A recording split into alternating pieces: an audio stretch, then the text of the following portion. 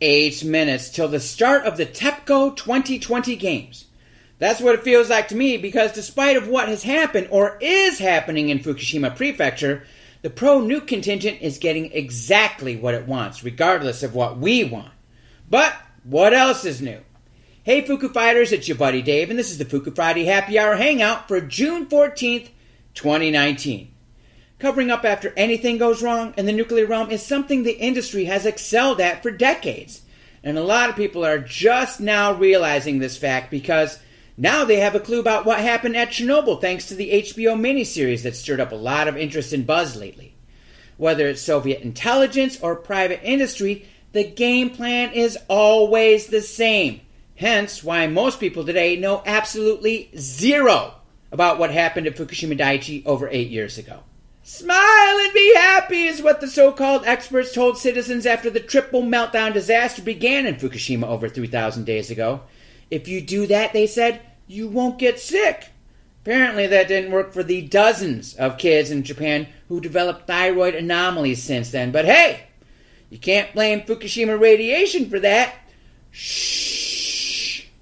That's been the real message about Fukushima ever since it all began. And when Prime Minister Abe-kun lied to the International Olympic Committee in 2013 about how everything's fine in Fukushima in order to secure the bid to hold the 2020 Summer Olympics there, he said it with a smile. Less than a year from now, the Olympic torch relay for the Summer Games in Japan will kick off not at Tokyo Tower or Kyoto's Imperial Palace, but at the J-Village soccer facility that housed workers from Fukushima Daiichi after the disaster began in 2011.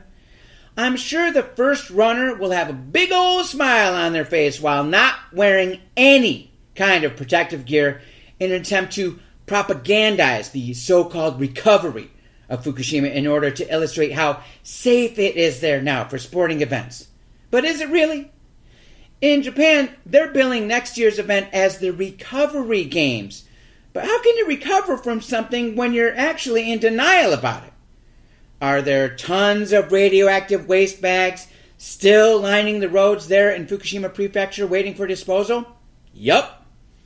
Are people not allowed to go back to live in some areas that are due to high radiation? Yup. Is the recovery of melted fuel from Fukushima Daiichi any further along than it was in 2011 when then Prime Minister Noda declared the plant in cold shutdown? Nope. You guys have seen the Chernobyl series by now. Let me ask you a question. If Ukraine or Belarus had Olympic events in radiated areas 9 years after that disaster began, do you think athletes would have shown up? Nope. How could they? A lot of those areas have been evacuated by citizens never to return. But here we are, just a few months away from the start of the Olympics, Paralympics, and this fall, the 2019 Rugby World Cup, which will all feature events in those very same radioactive areas in Japan. So, what are we going to do about it, FukuFighters? Obviously, avoiding the games and its hot zone venues is a start, but we need to start coordinating efforts to co-opt these games. See, Brazilian activists took to the streets to protest the building of stadiums that now sit idle back in 2016. Their argument was about money and social justice. Ours is even more important than that. Right now, there's a hashtag out there designed to promote their agenda, hashtag Tokyo 2020. Use that hashtag to illustrate information that athletes, trainers, and spectators can turn to find out how cautious they really should be in some of those competition areas. Or turn that hashtag into something else.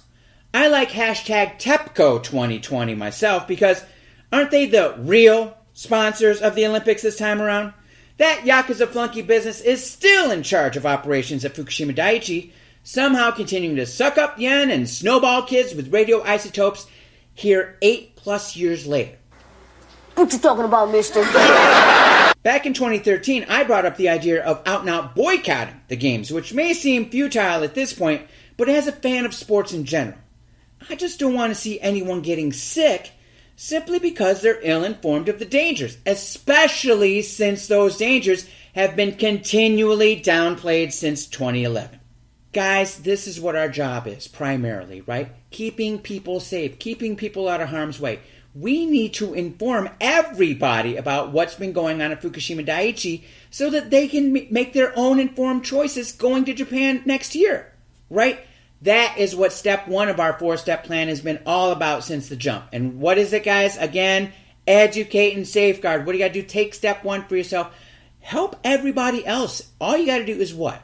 Understand the problem more. Know what the data says and be careful of what your environment is, right? Don't eat that sushi. Everybody knows that, right? But when these competitors are actually in Japan, where's their food coming from? Where's their water coming from? Where is any of their stuff coming from? And unless we know definitively, how are they going to know, right? So we need to stick together on this, guys. Let's all go over to OperationSaveTheEarth.com. Let's spread the information as soon as we can. Let's all sign up for the free weekly newsletter by sending me an email at info@OperationSaveTheEarth.com so that we can email that to all of our friends and maybe people we know going to Japan, competitors, trainers, like I said. And then, don't forget, Twitter is a powerful tool these days, in case you haven't noticed yet. Follow us on Twitter. That's at OSTE, 8 minutes all spelled out.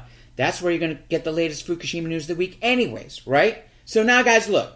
Since World War II, the mindset of Japan has been destroy, rebuild.